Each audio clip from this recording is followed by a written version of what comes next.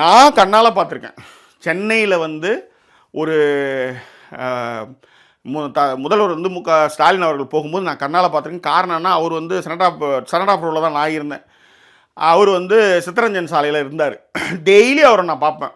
இதே ஜெயலலிதா வந்து தலைமை செயலகம் போகிறதுக்கோ இல்லை பொது நிகழ்ச்சிக்கு போகும்போது சென்னை டிராஃபிக் எந்த அளவுக்குலாம் அல்லோலப்பட்டிருக்குன்றதும் அதுவும் வெயிலில் எவ்வளோலாம் கஷ்டப்பட்டுருக்காங்கன்றதும் ஏன்னா நம்ம மக்கள் உடனே மறந்துடுவாங்க. நான்லாம் மறக்கவே மாட்டேன்.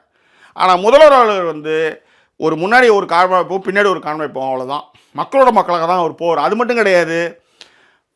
ஏங்க ஏகப்பட்ட ஆம்புலன்ஸ் வந்து கத்திக்கிட்டு கிடக்குங்க. ஜெயலலிதா வந்து தலைமை செயலகம் போகிறாங்கன்ட்டு வழிவிட மாட்டானுங்க.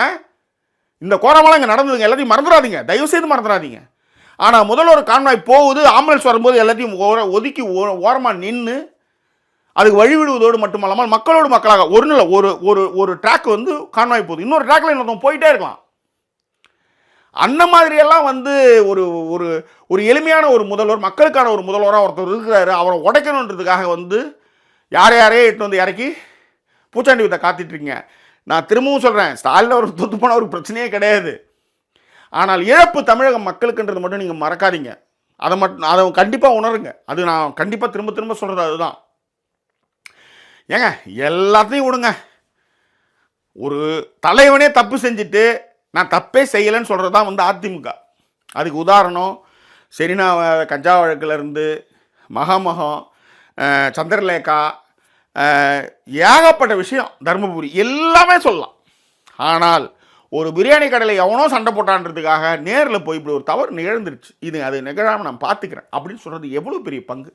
தன்னுடைய டிபார்ட்மெண்ட்டில் ஒரு கொலை நடந்து போச்சு, லாக்அப் டெத் நடந்துருச்சு, அதை மூடி மறைக்காமல் இது ஒரு துர்பாக்கியமாக ஒரு சம்பவம், ரொம்ப கஷ்டமான ஒரு சம்பவம் நடந்துருச்சு, எங்களை மீறி நடந்துருச்சு, இதுக்கு நான் பொறுப்பேற்றுக்கிறேன், குற்றவாளிகளுக்கு தண்டனை வாங்கி கொடு, இதுதானேங்க ஒரு முதல்வர் சொல்கிறது. அதை தானேங்க அவர் செஞ்சார்.